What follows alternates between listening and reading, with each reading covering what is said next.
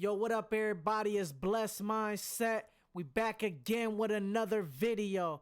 Hey, we about to react to this Sowell, man. My favorite person in the world, man. I love Sowell. He's an economist. He's from Harlem. You know, he went to Harvard University. So this guy is my guy. He's top tier. He's intelligent. So he's about to break down the myths of economic inequality. So stay tuned to this video, guys. It happens to me all the time, and it happened just this week. A young person I'd never met introduced himself to me and said that when he saw our guest today on an earlier episode of this program, he felt he was seeing a man who knew how to think. Dr. Thomas Sowell on Uncommon Knowledge now.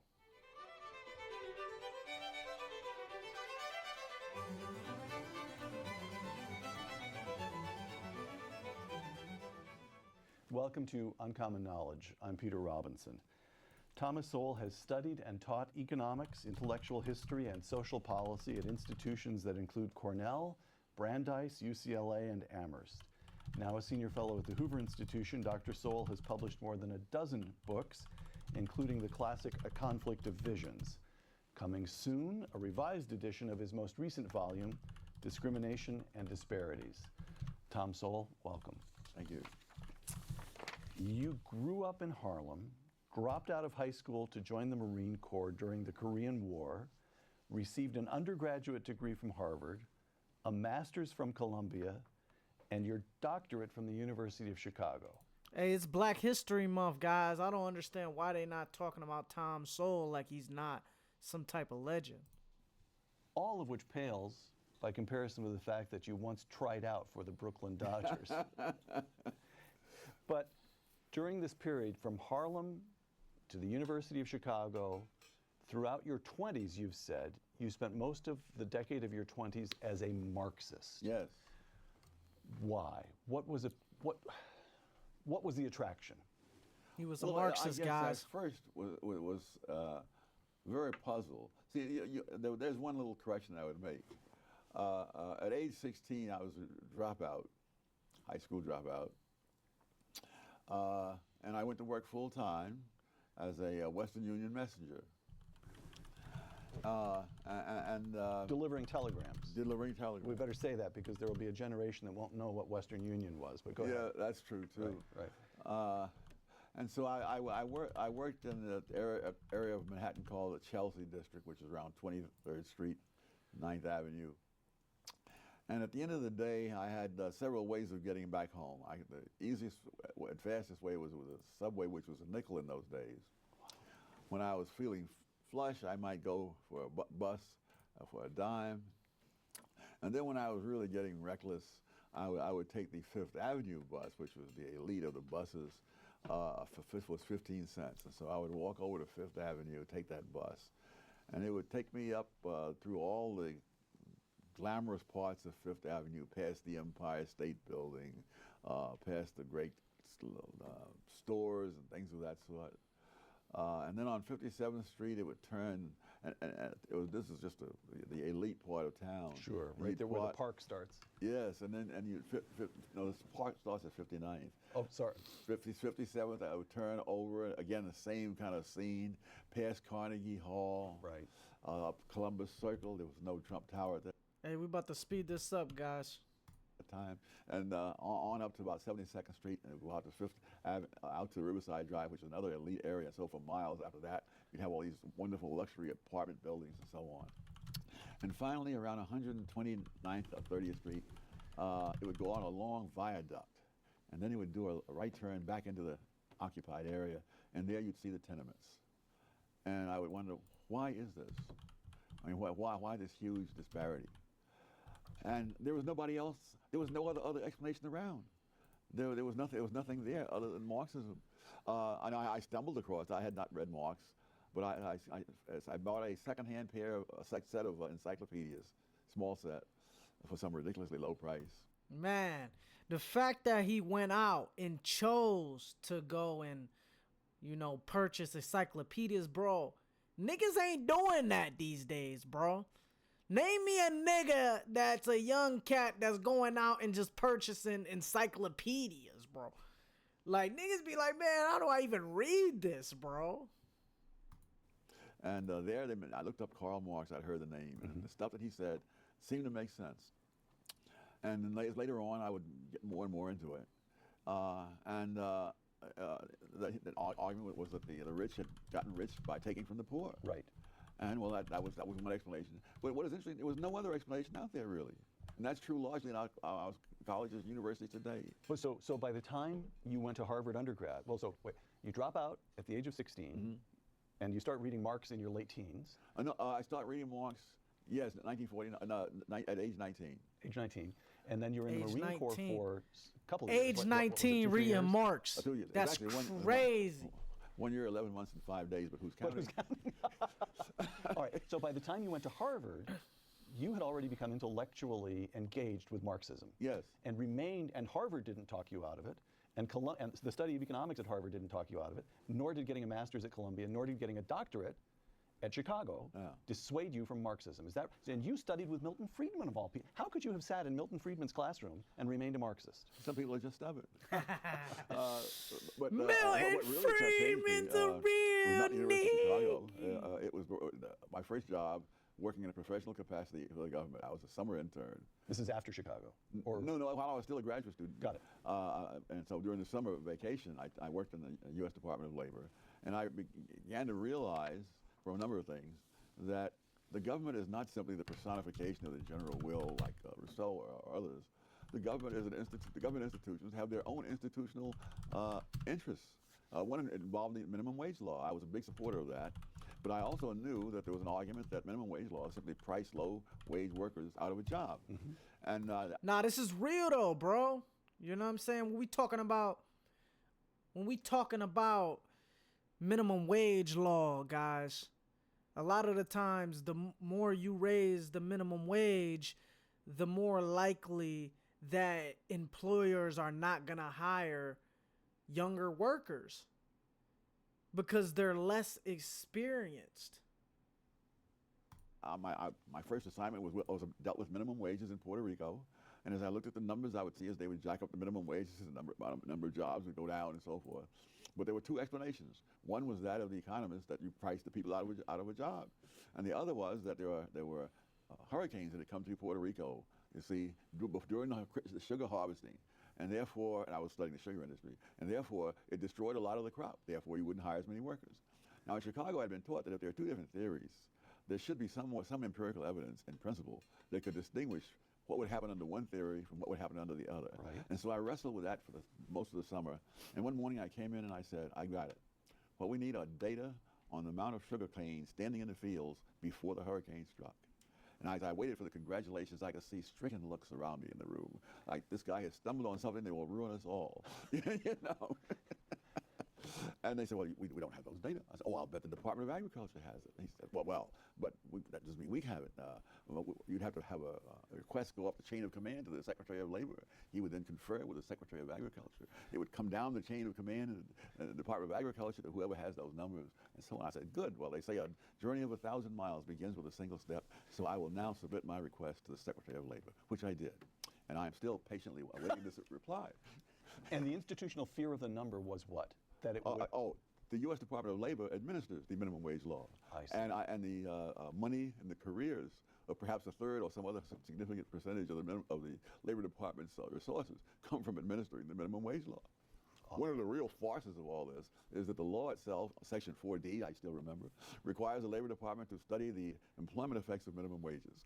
And those studies are absolutely a farce. In fact, some years after I left, I did an article saying why those studies were a farce. And when I came back later on to the Labor Department to do some research, one of the older librarians who remembered me turned to the younger librarian and she said, this is the man who wrote that article that has everybody up in arms. So you began to be dissuaded of Marxism. And of government in general, because the government is not out there as a personification of the national interest. Right. They have their own interests, and the Labor Department was clearly an interest in keeping the minimum wage because that's their jobs and careers and power. Which brings us, if I may, to one of my favorite books, your 2000 book. This is a beat-up old copy. This book, Conflict of Visions, Yes. which you published in 2007. And you lay out, I'm sorry, 1987. I beg your pardon, 1987. Reprinted in 2007. Well, beat up as this book is, it turns out this is a reprint, sorry. 1987. And you lay out two competing ways of looking at economics and politics, really two competing ways of looking at life that go back at least 200 years, the constrained vision and the unconstrained vision. The constrained vision, I'm quoting from A Conflict of Visions, sees the evils of the world as deriving from the limited and unhappy choices available, given the inherent moral and intellectual limitations of human beings, close quote. So the constrained vision understands itself as constrained by the limitations of reality itself. Yes. Is that that's correct? Yes. Okay. In other words, they cannot proceed as so many do, that good things happen automatically, but bad things are somebody's fault. Got it. Got it. And then to continue here, the constrained Bad things is always somebody else's fault. vision, again, quoting from A Conflict of Visions, for the amelioration, improvement of the human condition, the constrained vision relies on certain social processes, such as moral traditions, the marketplace, or families, not government. So explain Not that. government. Why do we rely? Why do we rely on processes rather than the will of the people instituting changes to improve our condition? Well, it doesn't ignore government. Even for the market to work, you have to have a government. As Europe discovered when the Roman Empire collapsed and the economies collapsed also. But I guess one of the reasons would be that with the government, you have surrogate decision makers, and they cannot possibly know as much as the individuals whose personal decisions have been preempted. I see. I see. All right. Which brings us to the unconstrained vision. When, again, I'm quoting you, when Rousseau said that man is born free but everywhere in chains, he expressed the essence of the unconstrained vision, in which the fundamental problem is not nature or man, but institutions. Yes. Would you explain that one? Well, he has the notion that, again, that good things happen naturally. And if they're bad things, it's because institutions, including civilization itself, have made these bad things happen. And of course, and I think that's really the implicit assumptions behind a lot of things that are said on the left today. And why in my most recent book I go to a lot of trouble to show that in nature there's nothing resembling equal opportunity. That wherever you look around the country, around the world, you find people who live up in the mountains, poor and backwards, even in the richest country, including the United States. I believe the poorest country in the United States, county rather, was in a mountain community, which was almost 100% white. Somewhere in Appalachia, West Virginia, Southern Ohio. Right? Yes. And that men in that county had a life expectancy 10 years less than men in a county in Virginia. And the unconstrained vision says, let's fix that. Surely we can pass a law that would improve that. And the constrained vision says, well, now wait a moment. If people who live in isolated pockets in mountains are poor and backwards all around the world, and we see this pattern over and over and over again, maybe there's something very deeply rooted in reality about that that's hard for us to get at. Correct? Yes. All right.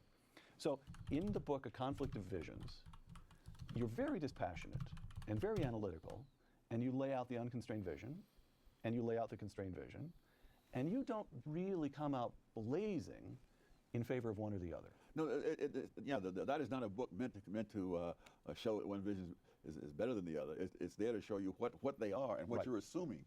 Yeah, he's just making descriptive claims, guys. Descriptive claims. And to go back to what he was talking about before, he's right. It don't matter how rich a country is, there's always going to be inequality, always going to be poor people, no matter what. And the idea that inequality is always due to some type of racism or discrimination is false. It's false, guys. Now, there's always going to be times where racism is a cause, right? But when people always want to attribute inequality to racism, is incorrect. Correlation doesn't equal causation, guys. Remember that. If you go one direction or another. Okay. And it's to encourage people to understand the implicit assumptions behind all this, without which you're just at loose ends. All right. So pondering all this, I noticed something, a column that you wrote, this is a couple of years ago, in which you rebutted Nicholas Kristof of the New York Times. And Kristof had ascribed the gaps between African Americans and whites in America, gaps in wealth, gaps in educational achievement, the usual gaps, to, and this is a quotation from Christoph, to the lingering effects of slavery, close quote. Oh, yes. And here's Tom Sowell, quote, if we wanted to be serious about evidence, we might compare where blacks stood 100 years after the end of slavery with where they stood after 30 years of the liberal welfare state. In other words, we could compare hard evidence on the legacy of slavery with hard evidence on the legacy of liberals, close quote. And so there it is. This is a fact right here, man. If we compare the black family or black individuals from after slavery, right, compared to them before the liberal welfare state and after slavery to after the liberal welfare state, after the 1960s, why is the crime rate higher? Why are there more diseases? Why are black people more dependent on government? You know what I'm saying? We're more dependent more than ever before, bro. Life is hard. You use the word hard. You use the word serious. You use evidence. Tom Sowell is a man of the constrained vision through and through and through, correct? Yes. No. Yes, part of a vanishing breed, I might add. So when you were a Marxist, the notion, explain that, because the Marxism. Well, but no, you see, Yeah, so that's even when I was a Marxist, I had the same intellectual standards. Right. And that's what eventually led me away from it. Oh, I see. In other words, I hadn't done all the research. I hadn't gone around the world Looking for evidence. Yes. Okay. So, And socialism is a great idea. That does not mean it's a great reality. One of the things is Socialism is a good idea, but it doesn't mean it's a great reality. Ask the Venezuelans, a oil-rich country, how good socialism is. Niggas is breaking into grocery stores, bro. It's a good idea. It doesn't mean it's a good reality. that disturbs me tremendously is about this enthusiasm for Bernie Sanders and socialism at a time when people are literally starving in Venezuela, an oil-rich country. And they're breaking into grocery stores to try to get food. I predicted what he was going to say. I've seen this most before, of which are not guys. all that prosperous themselves, but at least you don't starve to death in them. And none of that makes a bit of difference. I don't think most of these people who are out there cheering for Bernie Sanders have given a thought to Venezuela. to the evidence. That's right. To the evidence. Yeah. All right. Remind you guys, this Which brings was us to 7 something years you ago, referred to in a 2018, number of guys. columns as the retrogression, the experience of African Americans in this country. Economic progress, I'm quoting you. Despite the grand myth that black economic progress began or accelerated with the passage of the civil rights laws and the war on poverty programs of the 1960s, the fact is that the poverty rate among blacks fell from 87% in 1940 to 47% in 1960. But over the next 20 years, the poverty rate among blacks fell another 18 percentage points.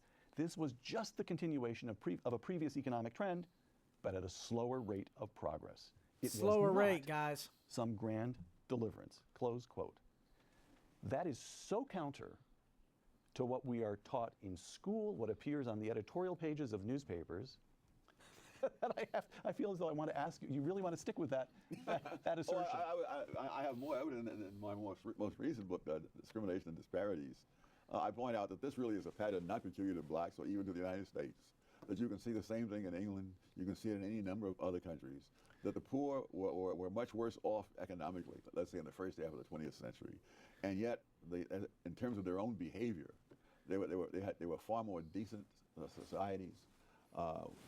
And afterwards, after this welfare state is supposed to make them better off and better human beings, that's when the crime rate skyrocketed on both sides of the Atlantic. The British were famous for being perhaps the most polite, considerate society in the world prior to that. After that, you get things like the 2011 riots over there, between London, Manchester, where they're going through this. They anticipated Ferguson and Baltimore by a few years. And the same things, the burning down of buildings, the throwing of gasoline bombs, the whole smear. And none of those people were descendants of slaves. So the poor people were doing, if the lesson of the 20th century is something like poor people, including in this country African Americans, were improving their lot and leading fundamentally decent lives until the government decided to help them. Yeah, yes.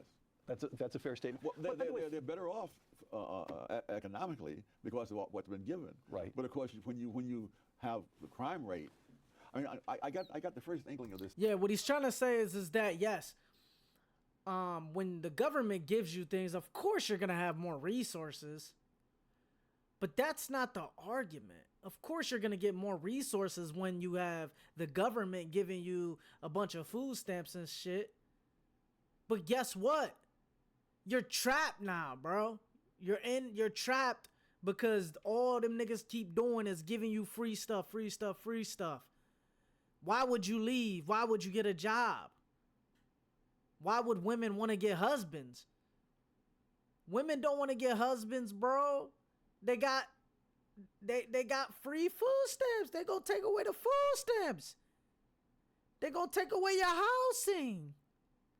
So now you got a whole bunch of people dependent on the government itself.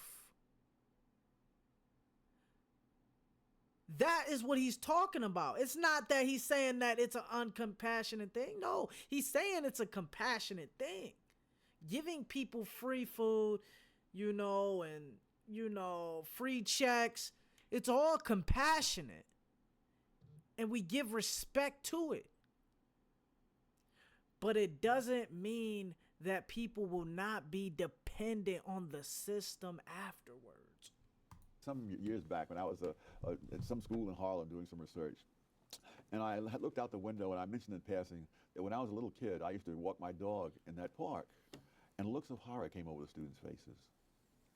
Nobody in his right mind would have a child go into that park, walking a dog or not. The principal was warning these students not to cross this park, which is about a block and a half wide, even in groups of 6.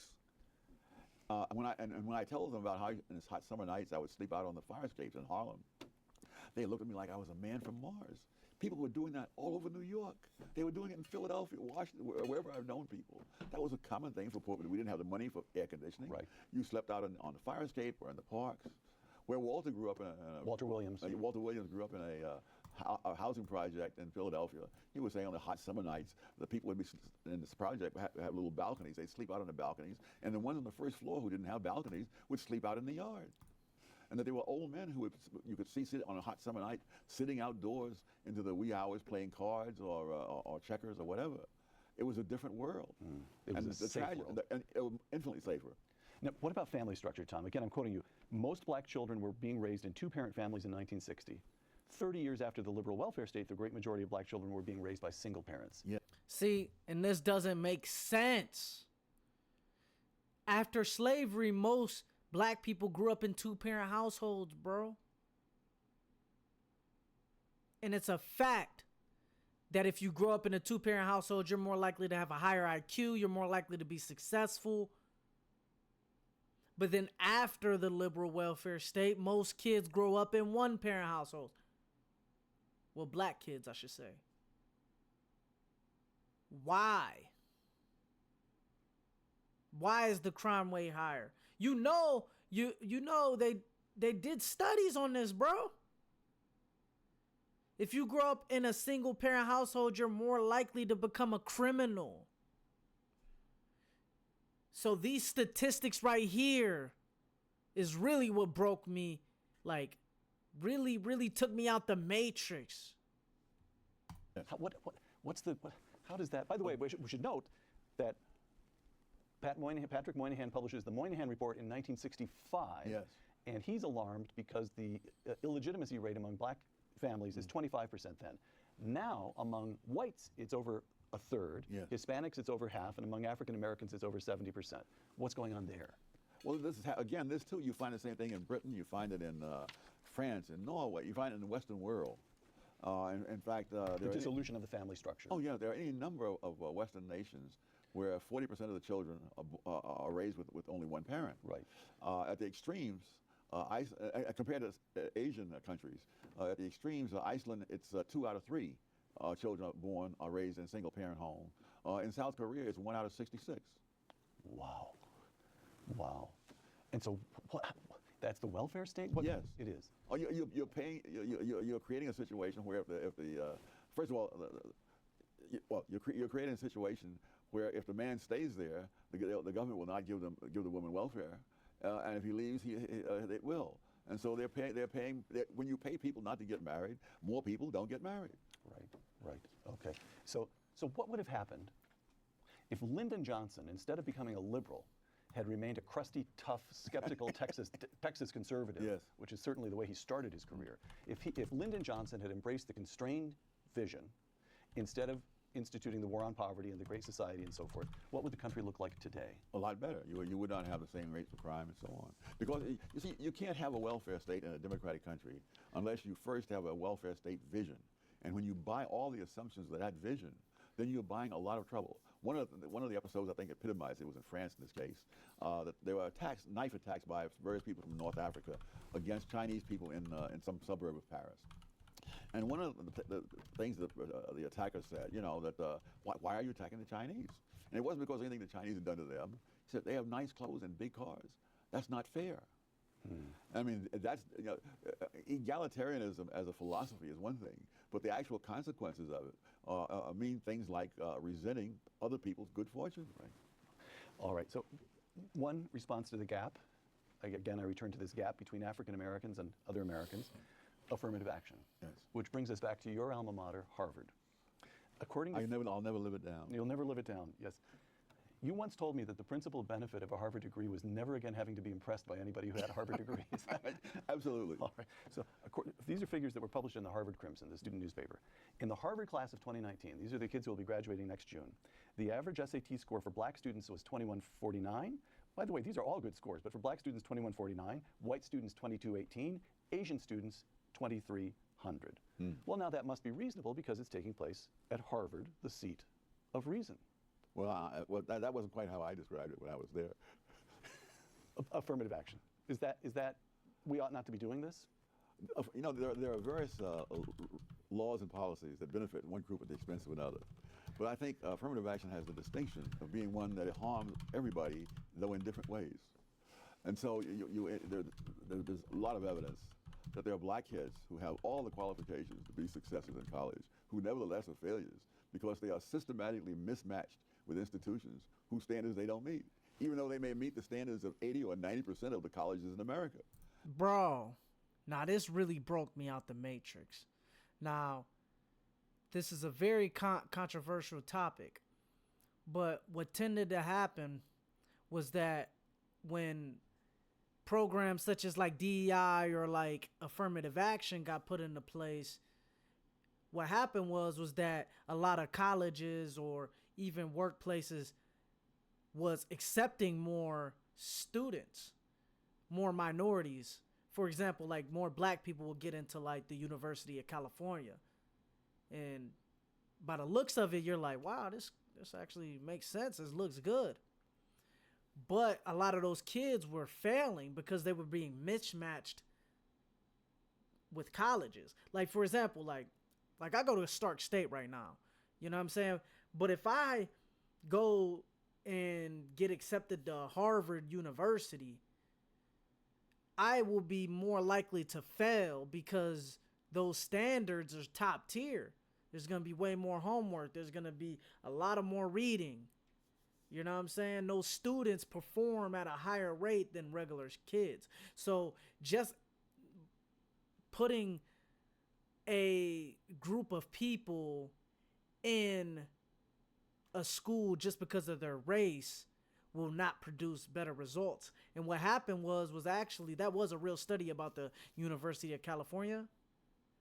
So after the University of California like took out affirmative action programs, what happened was that less black people, they were getting like into the University of California.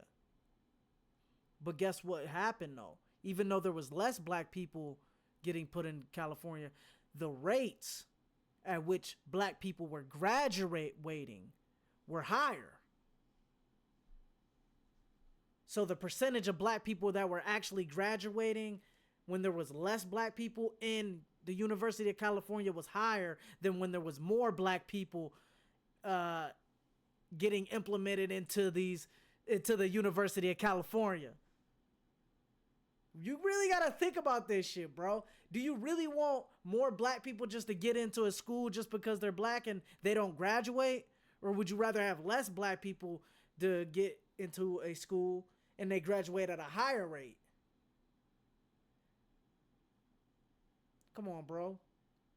You would rather want the black people to get in the schools and graduate at a higher rate. Because why the fuck would you want to get into school not to even graduate? What the fuck y'all niggas doing, just sitting around? You know what I'm saying? Like, come on, bro. I remember first aware of this when I was teaching at Cornell, and I found that half the black students at Cornell were on some kind of academic probation. And so I went over to the administration building and looked up the SATs of these students. The average black student at Cornell at that time scored at the 75th percentile. Which is pretty darn good. Yes. And so that means that in most colleges in this country, they would have no trouble, and many of them would be on the dean's list. But at Cornell, the average liberal arts student at that time was in the 99th percentile. 99th, because those students are performing at crazier rates, bro. 99th percentile versus 75th percentile is different. Because if those students would have just went to a regular state school, they'll be at the top of their class. But they wasn't at the top of their class. Why? Because there was students out there out competing them.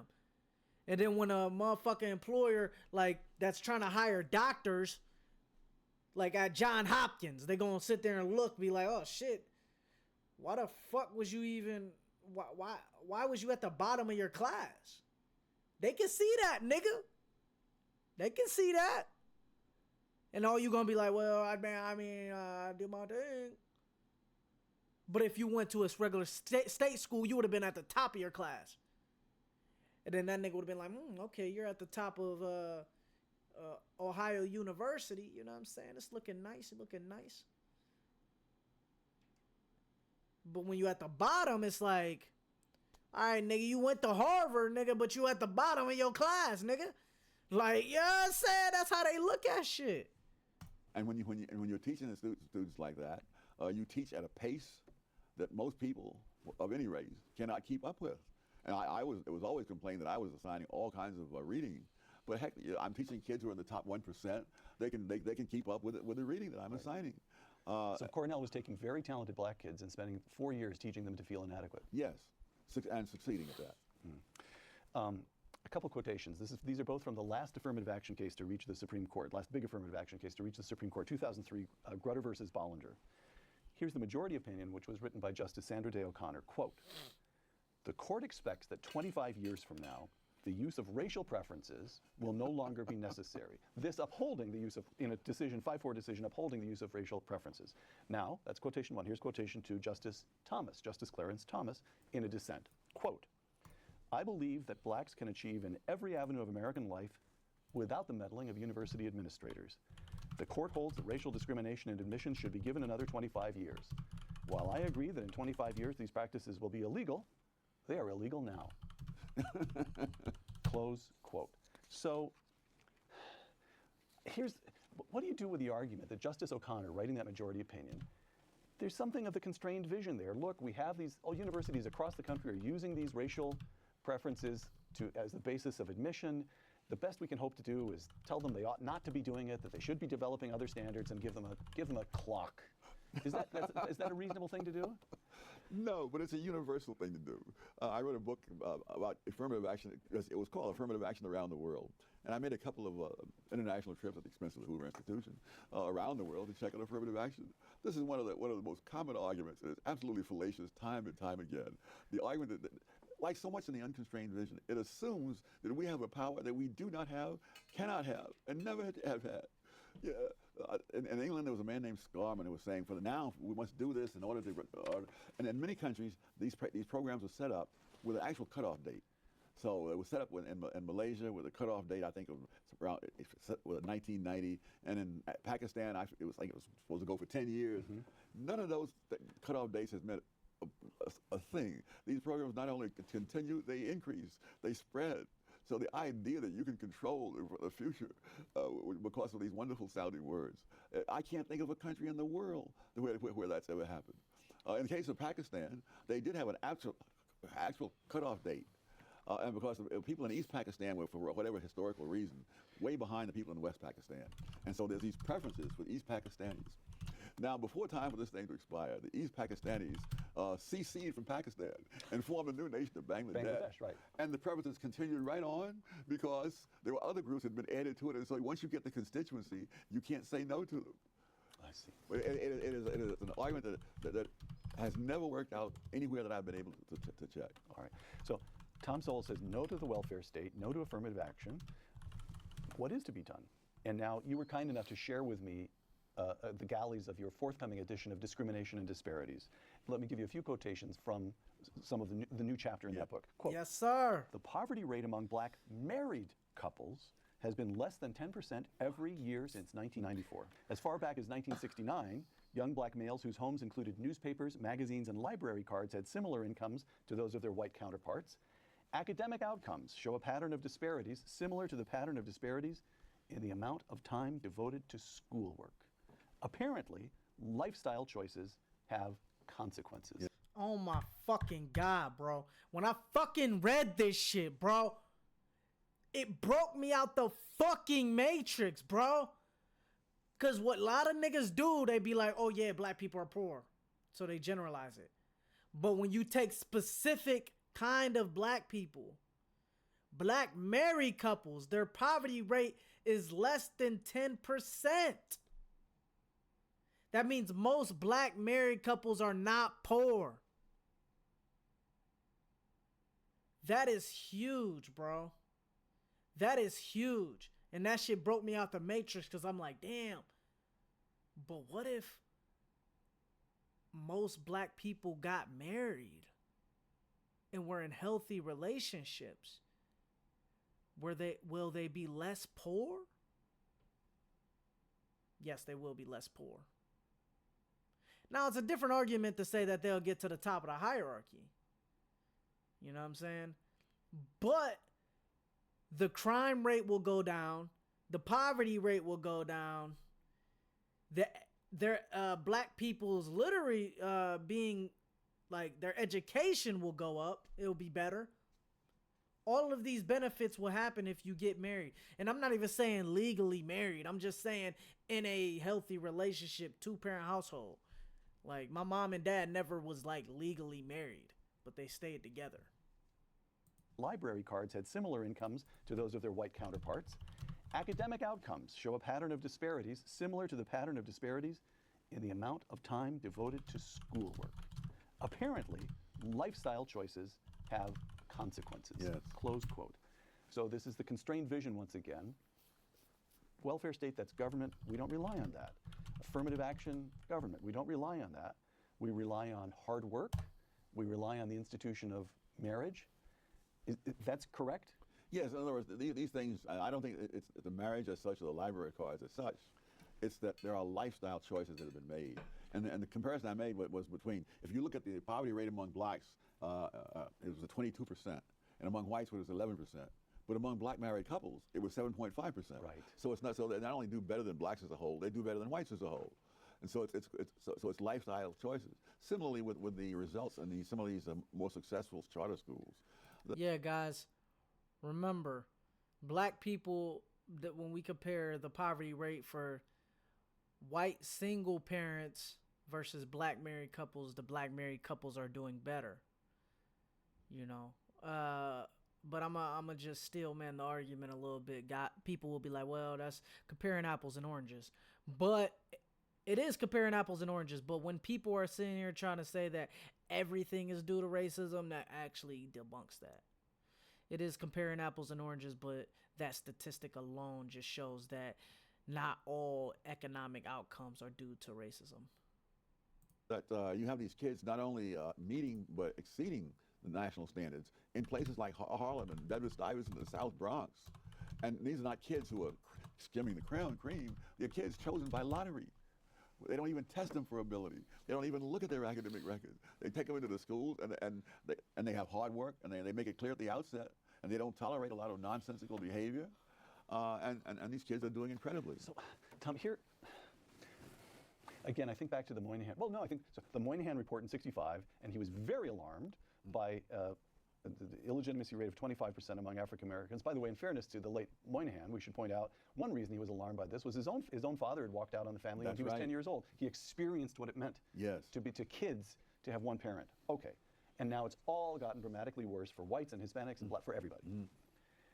And then I think back beyond that to your experience of Harlem. You drop out of high school and do what? Go on welfare? Start cashing? No, you went to work. And you spent some of that money to buy some inexpensive encyclopedias. Yeah. And the Harlem was so. But I feel this council. It's almost a council of despair, in that world just seems so utterly vanished. No question. So your argument is, if we can stand up to the welfare state, we can somehow get back to that world. The family structure will reassert itself. Oh, that's going to be reconquering the same ground, which is very tough to do, but it can be done. I was so lucky. At the time, I had no clue about all this. I left home in 1948. Many decades later, I learned that the unemployment rate among black teenagers in 1948, 16, 17-year-olds, was 9.4%. Among whites of the same age, it was 10.2%. So both blacks and white teenagers had only a fraction of the unemployment that they have today. You were expected to work. You were expected to be able to get a job. And more importantly, the jobs were there for you. And this is because of a fluke, really. The minimum wage law in the United States, Fair Labor Standards Act of 1938, was passed with specified rates of pay that you're supposed to get. Almost immediately, inflation took off during the 1940s. So by 1948, those numbers that were in the law were meaningless. Oh, I see. In other words, when I started out as a Western Union messenger, the minimum wage was 40 cents an hour. I started out at the bottom at 65 cents an hour. So it was the same as if there was no minimum wage. And this is what happened. You had this, and I was so lucky, I of course had no clue about any of this. Now a black kid 20 years later comes in there. People have become compassionate. They've raised the minimum wage, so he can't get a job. Got it. And I don't think it does any community any good to have a whole lot of teenage males hanging around on the streets with no job and nothing to do. Right. Tom, so, but another thought here. You were describing a world, Harlem, the urban world, gone. Yeah. But you made visits when you were young. You knew the South as well, didn't you? You went back to the South when you were young from time to time? I say back to the South because, as I recall, you were born in the South. Yeah. I went to New York. Went to New York. Yeah. Well, I think this was courtesy of the Marine Corps, which happened to locate the boot camp in South Carolina and Camp Lejeune in North Carolina. Okay. So what I'm getting at is, you were of the generation that saw Jim Crow with your own eyes. Oh, no question. No question. Okay. So, well, let me read you a quotation. This is from an article that got a lot of attention in The Atlantic a couple of years ago called The Case for Reparations by Ta-Nehisi Coates. Quote, "White supremacy is a force so fundamental to America that it is difficult to imagine the country without it. Reparations is the price we must pay to see ourselves squarely." Close quote. And Tom Sowell, who actually saw Jim Crow with his own eyes and experienced it, responds how? It would be nice to know his evidence for what he said, just to be old-fashioned about it. No, it was a rotten system. But I don't know how we get from that to reparations. I mean, what we see in the United States in terms of the bad things, you see all around the world. If you were to give reparations to everyone whose ancestors had been slaves, I suspect that you would have to give reparations to more than half the entire population of the globe. Yeah, he's right. So the problem is with the idea of reparations is that you don't know who was a slave. I mean, let me backtrack. You don't know who was an ancestors of slave. Most countries, actually all, I will make the argument all continents and countries had slavery at a point in time. Right? So the problem is with the idea of reparations is that it's kind of hard, because if you give reparations to one group, you kind of got to give reparations to another group, because all ancestors had slaves, from Asians to white people to black people. Shit, you can even make the argument that African leaders sold a lot of their people to Europeans. So it's a sticky situation when you talk about reparations. Slavery was not confined to one set of races. I suspect that most of the people who were either slaves or slave owners around the world were neither white nor black. I mean, this was a universal curse of the human species. Africa, the Middle East, Asia, slavery took place everywhere. And it continued elsewhere long after it was abolished in the Western countries. Right. Let me try this, sticking with Ta-Nehisi Coates. Shelby Steele talks about white guilt. And in Ta-Nehisi Coates, you get almost a counterpart of that, a kind of African-American claim against the white guilt. And this seems, beginning with the abolitionists, even beginning before the Civil War, you see almost every generation, there's some expression that racism and slavery, as Shelby calls it, correctly, of course, the sin of slavery is so deeply, and it's something we still live with. How do we expiate it? How do we get past it? Is there something we can do to relieve ourselves of this legacy? Oh, I think you should repeat it. If you were a slave owner, I don't see any reason why you should feel differently. On the other hand, I can't get over the idea of A, apologizing for what B did. Okay. Even when they're contemporaries, much less when one is dead and the other's alive. All right. I mean, Scalia, I remember saying, that I owe no man anything because people who look like me did something that people who look like him. Okay, so just get past it. Get to work. Yeah. All right. Tom Sowell's view is get an education, stay married, and do your job, roughly. Yeah. All right. Charles Murray. You used to write a column every so often called Random Thoughts on the Passing Scene. Yes. And so I'm giving you a little snippets here of the passing scene in our final questions. Charles Murray, in his 1984 book, Losing Ground, and Charles Murray writes about discussions in academia and government about the effort to close the gap again between African Americans and whites. Quote, 1984, quote, whites had created the problem, it was up to whites to fix it, and there was very little in the dialogue that treated blacks as responsible actors, close quote. Yes. Has that changed? No, it has not. All right. On we go to the passing scene. Your longtime friend, Walter Williams. Now we come to current politics. The bottom line is that President Donald Trump does not have the personal character that we would want our children to imitate, but, save his misguided international trade policies, has turned out to be a good president. Tom? This nigga, I like this shit because he's saying that the personal character of Trump is like just wild. But when we talk about policies, he definitely implemented some good policies. Misguided international trade policies has turned out to be a good president. Tom? I think his policies have been, by and large, policies that were far better than that of previous Democratic or Republican administrations. So I go by the consequences. Okay. I mean, he hasn't produced the right rhetoric, but the fact is that unemployment among low-income people, black, Hispanic included, is at a level that is far lower than it's been in decades. The economy is booming in a way that no one had predicted. People like Paul Krugman was saying that when Trump gets in, the economy is going to tank. No, the economy hit new highs. All right. But there are so many people among the intelligentsia, especially, who are absolutely immune to facts. It's as if they took their anti-fact shots every year, and the facts will just not affect them. So this brings us back.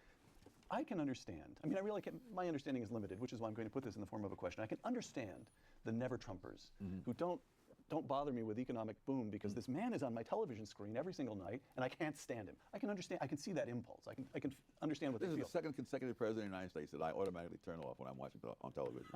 All right. Keep the remote right next to your hand. Okay. Who was the first? Obama. Got it.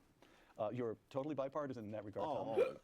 No other way. He's not a fan of Obama, guys. The Great Society, the larger point that you've been making here, the Great Society, the war on poverty, this is now 6 decades of experience. Yes. And we have, as you have said, the gap hasn't closed. We've got dissolution of the family structure, rising crime rates. That I don't understand. How can it be that the people, now I don't know how to remain bipartisan, but Democrats, liberals, the progressives, just are not, the evidence is in. This has not worked. Why, after more than half a century, there's still a refusal to look at the evidence. Yes, and there's even a tendency to falsify the evidence. And how come?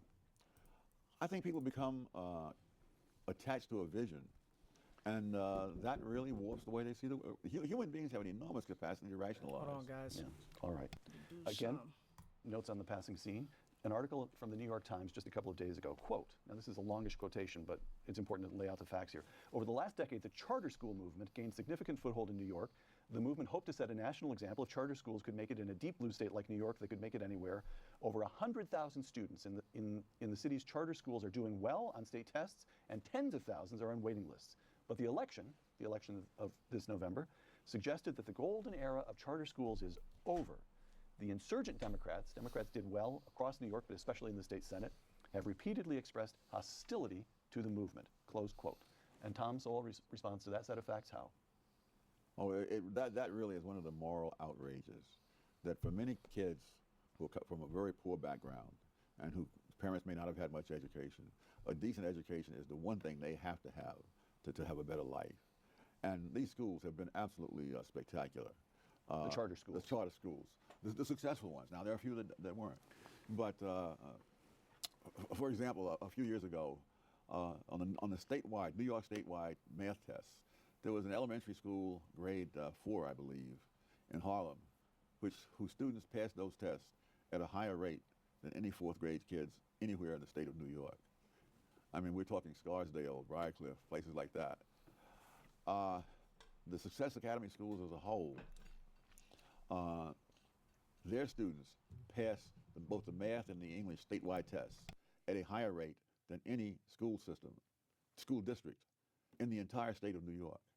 The vast majority of the kids in the Success Academy schools are either black or Hispanic. If you look at the 5 highest scoring school districts in the state in terms of the percentage of the students who pass the math or the English tests, their average family income ranges from four times that of the kids in the Success Academy schools to more than 9 times the family income of the kids in the Success Academy schools. And yet, the mayor of New York is doing his darndest to put a stop to the expansion of schools in general, but his special ire is aimed at the Success Academy schools. And this is happening all over the country. Because they make the teachers' unions look bad that run the public schools? What's the political motivation? Why would Mayor de Blasio have an out for the charter schools, such as Success Academy? Well, the teachers' union are the major reason. And we're talking about the money they contribute, the number of votes they contribute. And the schools, and what's happening, again, not just in New York, but in other parts of the country, including California, is that they have there's all kind of chicanery to prevent the charter schools from expanding. That's why you have tens of thousands on the waiting list. Right. It's not that the charter schools are not willing to expand, but every conceivable obstacle is put in their way. Because if you let that go at the natural pace, it would be very hard for the public schools to compete. And one of the things they're doing is imposing the same kinds of restrictions on the charter schools that made the public schools so bad. For example, restrictions on being able to get rid of kids who are running amok and ruining the education of everybody else. And the charter schools don't tolerate that. The things that are tolerated in the public schools are unbelievable. Sorry, guys, I had to handle some stuff. So when I asked you a moment ago, how do we bring back the standards of the Harlem in which you grew up? The answer is that's a hard thing to do, but we do know how to do one thing. We do know how to establish schools where the kids in present-day Harlem have a shot. They have a chance of getting a good education. Yeah, you don't have to bring back the past, even if you could, because we have it in the present. We have this happening. And so we know how to do that, and the Democratic establishment in New York wants to shut it down. Yes. And the Republican establishment stands mute. Stands mute. You know, I love talking to you, but I really don't know why. It's all discouraging. Tom, you mentioned a moment ago the way young Americans flock to Bernie Sanders. Gallup poll this summer, the proportion of Americans age 18 to 29 that holds a favorable view of capitalism, 45%. The proportion that holds a favorable view of socialism, 51%. Now, I would like you to take a look at a brief video of Alexandria Ocasio-Cortez, who at the age of 29, calling herself a democratic socialist, has just additions. And what you'll find is that and when the tax rate was at 73%, ladies were. All right, guys. I think we about to wrap up this video, man. Thank y'all for tuning in, man. Like and comment the video. Share, subscribe, man. I appreciate it so much. Hope you guys have a good one, man. Peace out.